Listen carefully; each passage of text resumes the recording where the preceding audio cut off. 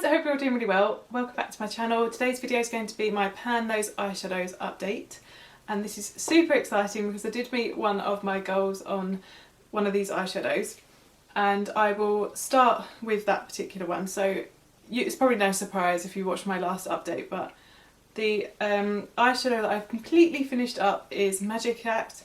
It's from Makeup Geek's foiled eyeshadow. I will give you a little insert of a clip from the last update so you can just see how much I actually used up since then.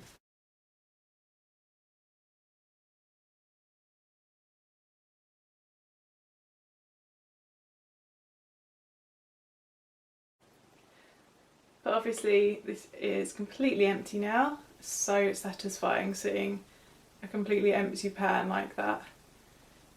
And I'm so thrilled to be able to have a eyeshadow moving completely out of my collection and a nice little space in my Z palette now where this has been sitting for the last few months as I've tried to use it up.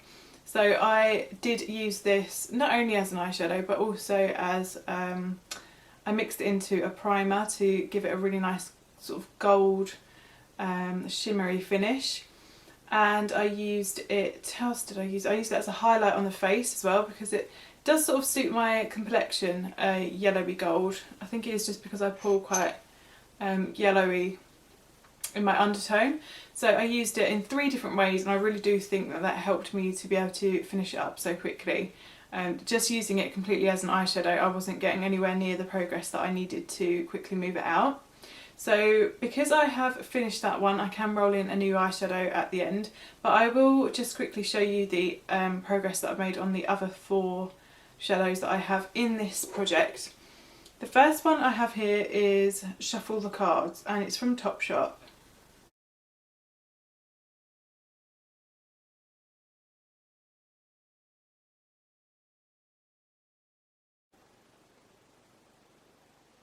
Here's where I'm at now. To be honest with you, there is such a big dip in here. I have literally no idea if I've hit pan or not.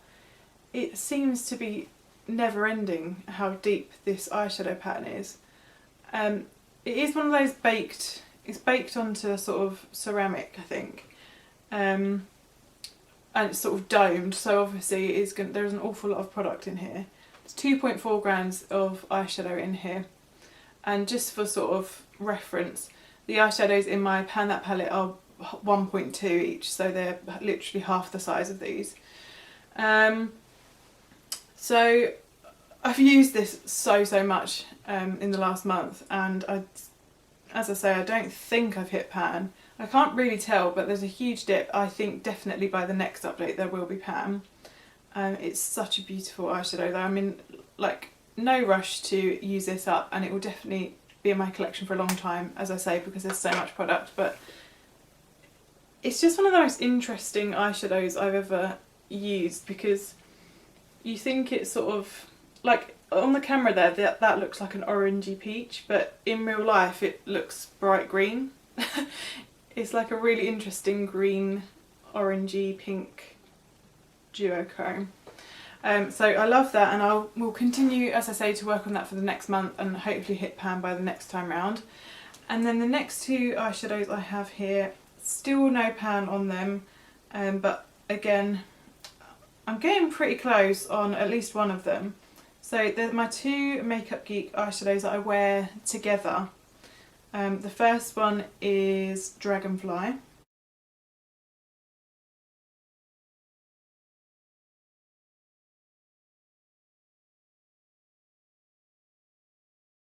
Here's where we're at now with Dragonfly. I feel like it doesn't look any different to the last update, even though I've used it loads since then.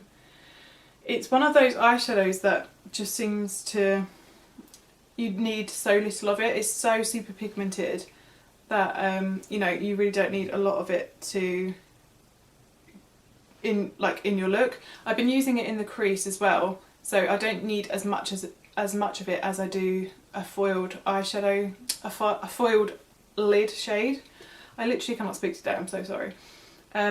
So if I show you the next one, this one is Pegasus. Again, this is a foiled one.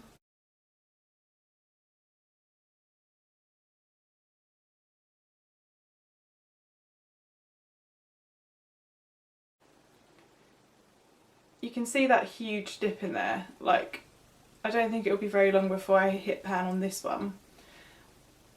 But I've probably used, ironically, I've probably used less of this than this eyeshadow, because I did use this in the crease when I used Fantasy, which is the sort of lighter shimmery green shade I had in my previous updates for this project. So I've used this twice as much as this one, and yet this one looks like I have more progress on it. It's just the way it tends to happen with me. I just pan less matte shades than I do shimmery ones. So as I say, no pan on those ones just yet, but hopefully by the next update. Then I'll move on to the eyeshadow that I rolled in at the last update, and that is Blooming Mad by MAC. It's a frost finish.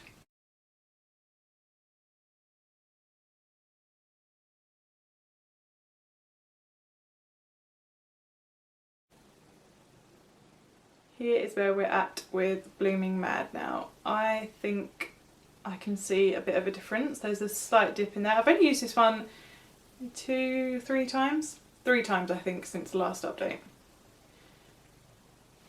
This one's going to be in here for a while, I think. It's very, very densely packed in there. You need to use an awful lot of eyeshadow to get the payoff that, well, at least that I want.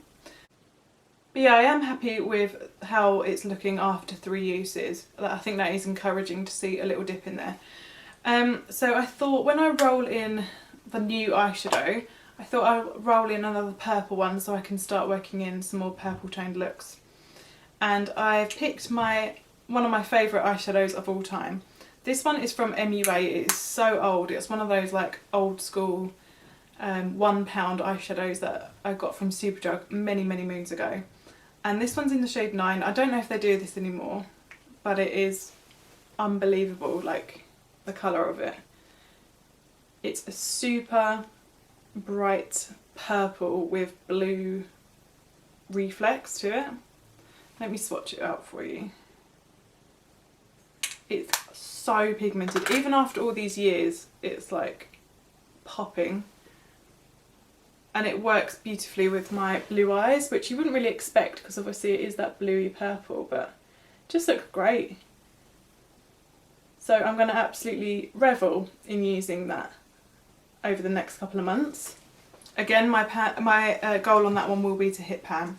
So that's going to be everything for this update. Really hope you enjoyed this video. If you did and you want to stay updated with my progress, then please do subscribe to my channel.